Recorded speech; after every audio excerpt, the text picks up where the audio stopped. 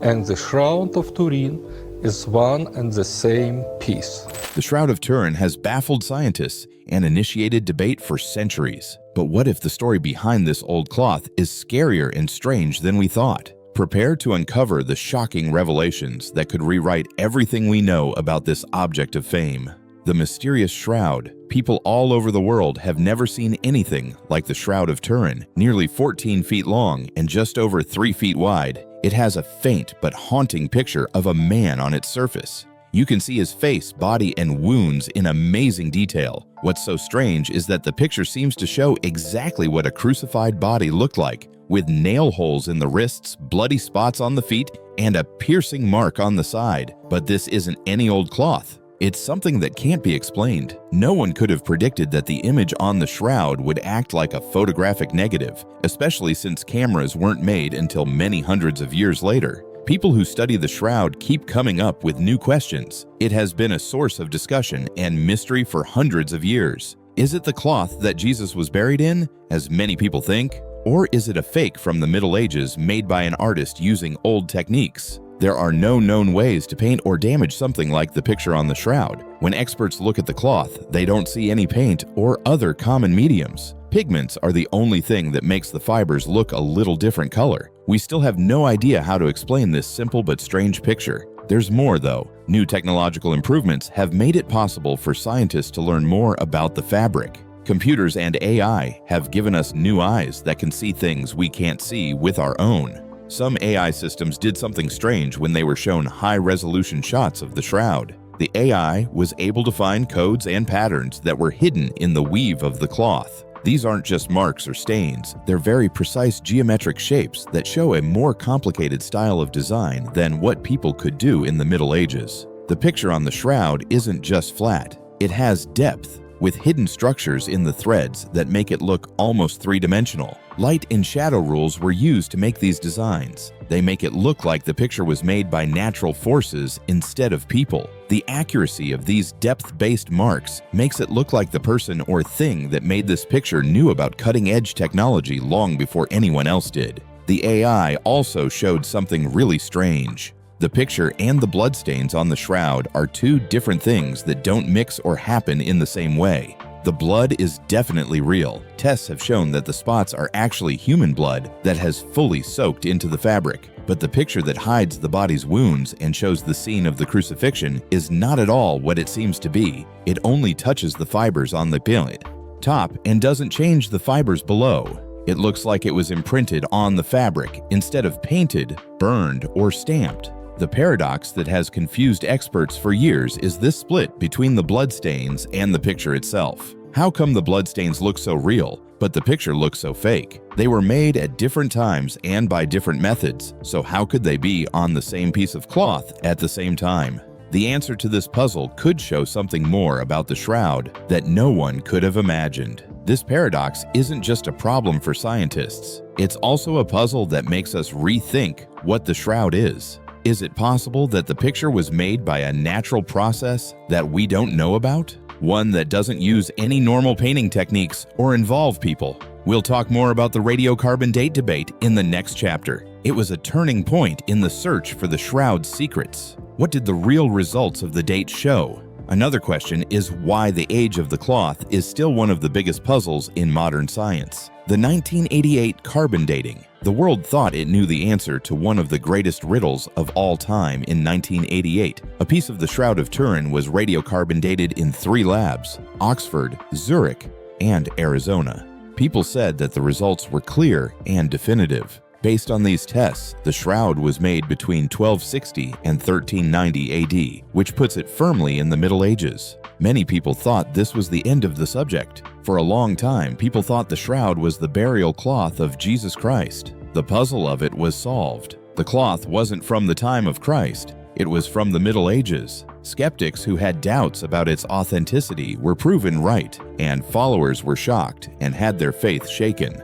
But what seemed to be the end of the story was actually the start of a much bigger fight. For scientist Raymond Rogers, who had been a part of the STIRP project since the 1970s, the results didn't make sense. The radiocarbon dating caused him a lot of stress. Rogers looked at the shroud for years, but what he found didn't make sense to him. The sample that was used to figure out how old the fabric was came from a corner that had been fixed and handled many times over the years. Rogers thought that this piece of fabric might not be the original. It might be a medieval patch, and his study was about to show that he was right. Rogers didn't just disagree. He quietly disapproved of the carbon dating readings by using his microscope to look at the sample. He was shocked by what he found. One important thing about the shroud is that the threads in the corner sample were not all linen. Cotton threads were mixed in with the linen, which wouldn't have been in the original fabric from the time of Jesus. Rogers said that these cotton fibers could only have been added during repairs in the Middle Ages, most likely after the cloth had been damaged by fire or being handled. Rogers thought this finding made it clear that the sample used for the carbon dating wasn't a good representation of the shroud's original fibers, which meant the conclusion was wrong.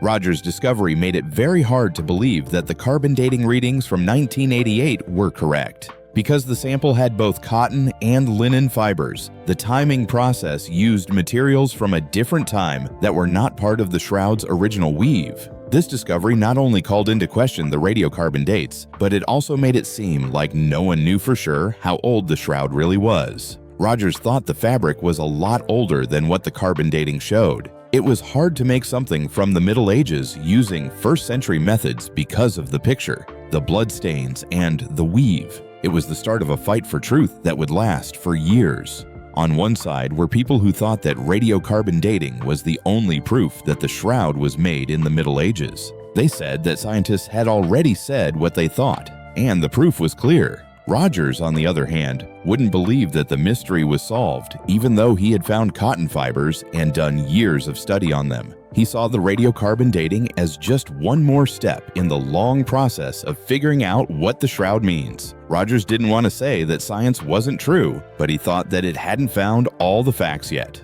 The shroud showed more than that. The fight between the two sides wasn't just about facts. It was also about how to understand them. Carbon testing put an end to the ideas of people who thought the shroud was a medieval hoax. But Rogers and others who thought it was real saw the date as only a part of the story that needed to be looked at again, now that new information had come to light. There was still a lot to learn about the shroud, and science, no matter how advanced it was, still couldn't understand everything it meant. We'll look more closely at the radiation theory in the next chapter. It was one of the scariest ideas that came out of Rogers' study. What if the picture on the shroud wasn't made by pigments or paint, but by something that only God could understand?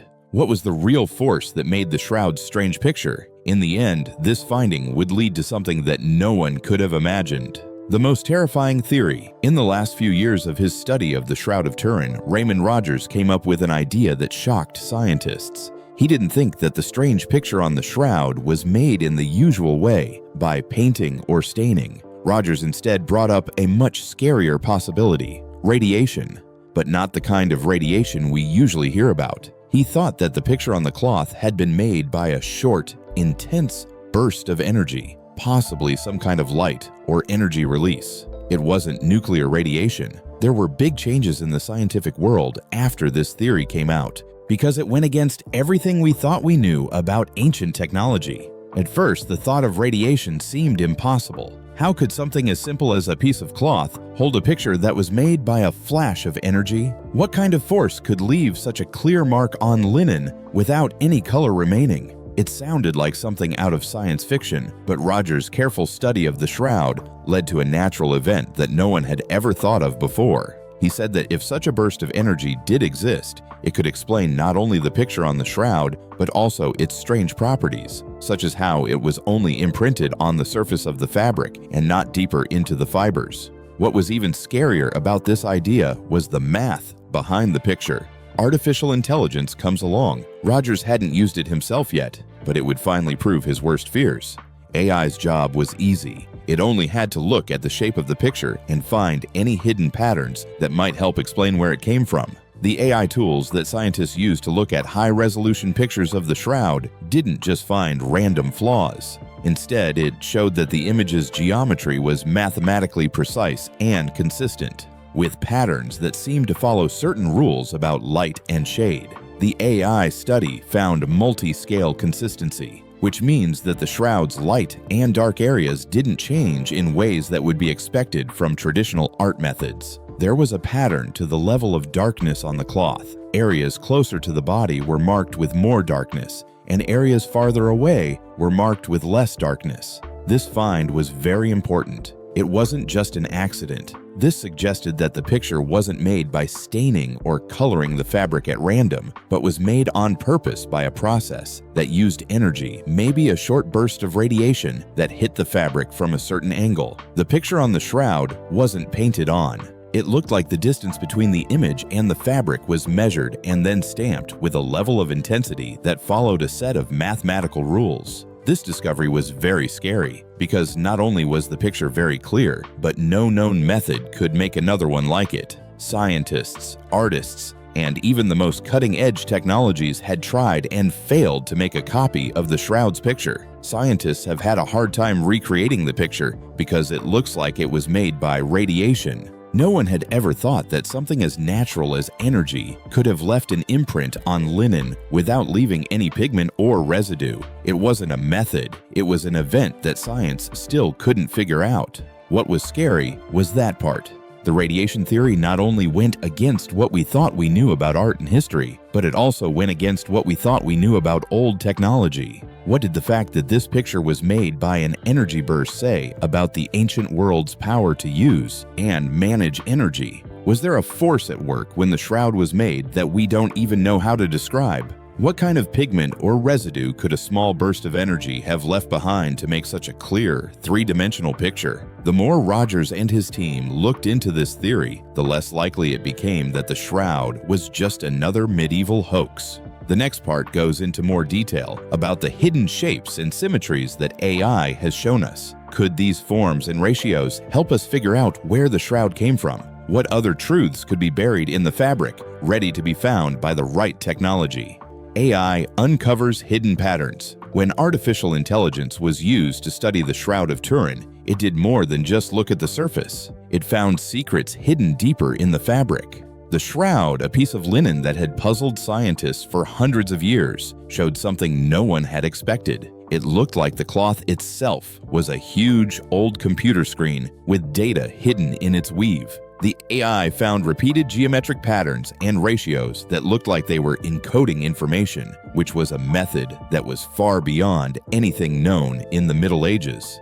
These weren't just random marks. They were exact, planned patterns that pointed to something much more advanced than the medieval fakes that many people thought they were. The most shocking thing that was found was how the shroud's geometry acted. AI found patterns that weren't just still. They changed when light hit them in ways that seemed to follow mathematical rules. These were not just art methods, they were also like data encoding, since the fabric held both a picture and a secret message. There was information stored in the shroud's threads that couldn't be seen with the naked eye but could be found with the right research. The cloth seemed to hold a lot of old information, a way of encoding that was much more advanced than any known medieval art. The fact that the picture on the shroud has 3 dimensions was one of the most mind-blowing discoveries. The spots on the fabric were not just on the surface. Even the smallest ones had a 3-dimensional look to them. The study by AI showed that the image's brightness changes were not random, but instead followed a pattern based on distance. The darker parts of the picture showed the body parts that were closer to the fabric, and the lighter parts showed the body parts that were farther away.